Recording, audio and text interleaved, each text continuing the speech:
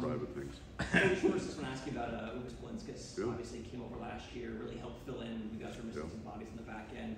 This is the first year now of a 2-year deal for him. What are your expectations, and what's kind of that next step for a guy like him who's still fairly new to you guys, but obviously been a pro for many, many years? So we have the memory of what he did last year as a starting point for him. I don't think there's a ceiling there. He was a very productive player when he came over, so we believe that's there. We liked the way he played both with us and the American League.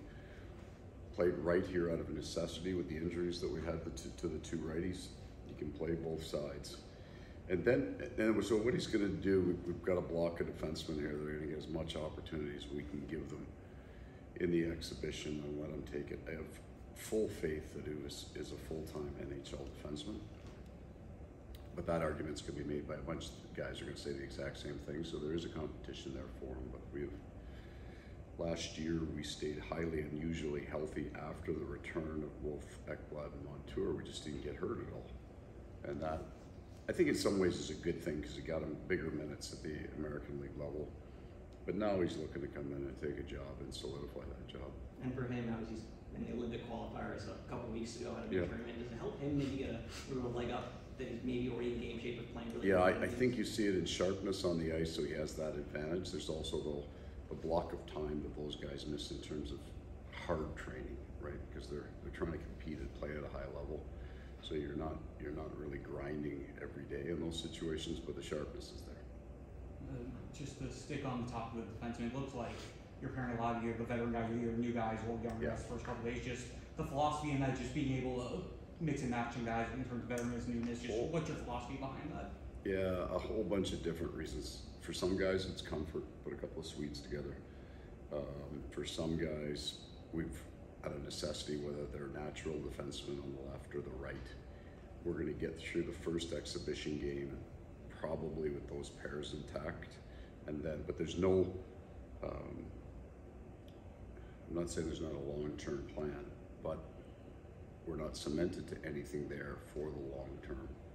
We'll readjust those guys back to what we think their pairings would be, and I think you're very likely to see Forsling and Ekblad play together, but right now, and some mentorship there too with the young players. There's a lot of things that I think on the defensive line that Sylvain Lefebvre does slightly differently. So some of the stuff is new, and then we have maybe a different way of how we view rush defense than other teams. So you can show video and walk them through it, but they need to be able to talk to somebody on the boards who has experience with it. So when it was, should I have gone there, should I not? And if a coach can't get to them, that's an opportunity, that's a learning opportunity lost. So we like to put those guys with veteran guys so they can answer the questions. Goaltending, I know it's not your forte, but you got is there good, healthy competition right now behind Bob for that number 2 spot? I mean, you've got obviously Spence. Yeah, there's good players there. And then exhibition for goalies sometimes is different than for players, right? I don't think that a goaltender had a really good exhibition or a very poor one. It necessarily changes their fortune. Getting into the games and looking sharp, we expect all of the guys that could be penciled in the NHL to look a certain way. And they're going to need to do that for sure. And then we'll just have to see how that structures out by the end. There's some moving parts there in a normal way. We got 3 guys that we know that have NHL experience that can play. And you look at Sunday 4 goalie. Yeah, we'll play 4 split those. It'll be basically the only split for the most part of the exhibition. AJ Greer seemed like a very good fit with what you guys like to do on the 4th line. What have your early thoughts been on him? Yeah, you think you know a guy when you play against him, and I have memories of that line was effective against us 2 years ago. Really impressed with his drive in practice. Like, he pushes hard. He's a big man that moves well. We know he's willing to get into the corner first, and we know if he's not first, he'll go in heavy. So I would agree after 2 days, I wouldn't say that I like him more, because I liked him before, but he's pushed really hard straight through practice, and there's a certain,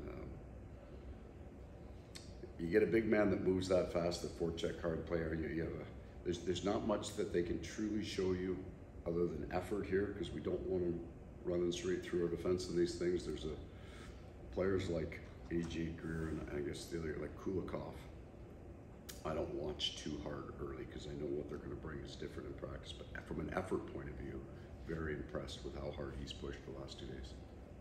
And tomorrow you're going to have fans in this building, probably to the rafters. Hope I so. would think. Will that bring some energy to day 3 of camp? It will. The first kind of meeting again for our players and our fans. These guys are exceptionally fit. They're fitter this year than they were last year at this time, but they've gone hard for 2 days. And in that second group today pushed hard for. That was not easy. And as fit as you are, you're going to be sore. You're going to be tired. You're not going to like training camp even by day 3. So it'd be nice for those guys to get a little extra juice because they'll probably need it. And then you've got Barkov and Schmidt out there still going, right? Yeah. Reinhart's still going. Those guys. We had guys get off the ice yesterday and get into the gym after that practice because I think the comment was it's the best we're going to feel for the rest of the month, so we might as well take advantage of it. If we do this right, we'll look slow and dead tired in those games if we push them hard enough. But I think that their recovery is really strong right now. By the 40-50 minute mark, 2 years ago they were hurt and they could never really recover in that practice. And these guys are going harder and recovering. We've been talking to Jonah Gadjevich. He's one of the last guys left from that fourth line. I mean, how valuable is he to kind of build back that identity of the fourth line again? Yeah, and we still are learning about, like he missed all of camp with he was still rehabbing an injury, so he doesn't come in till late in the year. So we missed that experience. And now he's had a full summer of training, and then he gets to go through this camp. He was powerful out here today. I think that the physicality, having a physical component on your fourth line is very important for us by the way we play. And certainly having a player that keeps everybody else honest is very important in the line, in my mind. And speaking to him, like he has a 2-year contract and he signed at the deadline. He's the only guy coming back from the cup-winning team, but I mean, he's coming in here with a mindset that he still has to earn the spot. I mean, how? But he does, and that's fair. That's the right mindset because he doesn't have enough games in for us to fully even know the player. But that could also be great for him, right? People change, players change. We scored 46 goals in major junior in Canada. Now, I'm not saying he's going to score 46 goals in the NHL, but you don't score that number unless there's something more there. And he was injured all of last year. Certainly, aside from his willingness to handle some of the heavy lift in games that get like that, he doesn't make mistakes on the ice. Like he's technically very, very good. So what I mean by this, you wouldn't be showing him a lot of correction video on the systems part of our game. He picks that up very well. So as much as he's showing us, we're learning, and I don't have a ceiling on him either. This will be a really important year for him to kind of really show exactly all aspects of his game. Thanks, everyone. All right.